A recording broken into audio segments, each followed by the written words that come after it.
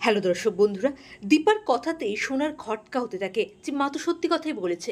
রুটির আত্মা যদি আমার কাছে আসতে পারে তাহলে মায়ের কাছে কেন যাচ্ছে না?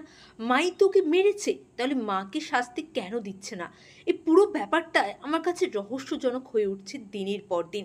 তারপরে সোনা ভাবে ওই রাতের ঘটনাটা, যখন সে দেখেছিল যে রুটির আত্মা ছিটকিনি খুলে বাইরে বেরোচ্ছে, তখনই তার একটু সন্দেহ হয় যে ও যদি আত্মাই হয় তাহলে ওর গেটের ছিটকিনি খুলে কেন বাইরে বেরোতে হবে? কিন্তু তখন আর সে কোনো কিছু ভাবতে পারেনি, কারণ সঙ্গে সঙ্গে কুন্তলা চলে এসেছিল। কিন্তু পরে, এখন শান্ত মাথায় সে পুরোটা ভাবতে শুরু করলো যে সত্যি কি এটা হতে পারে? একটা মানুষ মারা যাবার পরে তার আত্মা এইভাবে আসতে পারে, তাও আবার একেবারে জীবন্ত মানুষের মতন চলাফেরা করছে। না না, আমাকে এটার রহস্য উদ্ঘাটন করতেই হবে। সোনা এই প্রথম জীবনে একটি বুদ্ধিমতী মেয়ের মতন কাজ করলো। মায়ের কথা শুনে, মায়ের কথাতেই তার খোটকা হয়।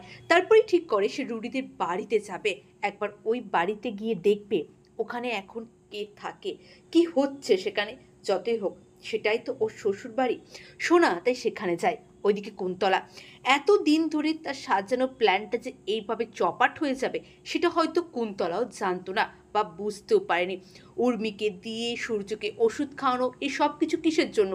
যাতে পুরো সেনগুপ্ত বাড়িটা কুন্তলার হাতে থাকে, আর দীপা 100 মাইল দূরে থাকতে পারে সেনগুপ্ত বাড়িতে। সেনগুপ্ত বাড়ির ধারে কাছে দীপা যেমন না ঘেঁচতে পারে। কিন্তু সমস্তটাই চপাট হয়ে গেল যখন সোনা গিয়ে দেখলো যে কুন্তলা আর রুডি দাঁড়িয়ে আছে।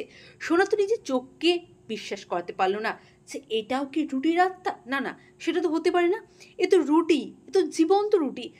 তাহলে কি আমি সত্যি জীবন্ত রুটিকেই দেখছি আমার চোখের সামনে? রুটি কি সত্যি মারা যায়নি?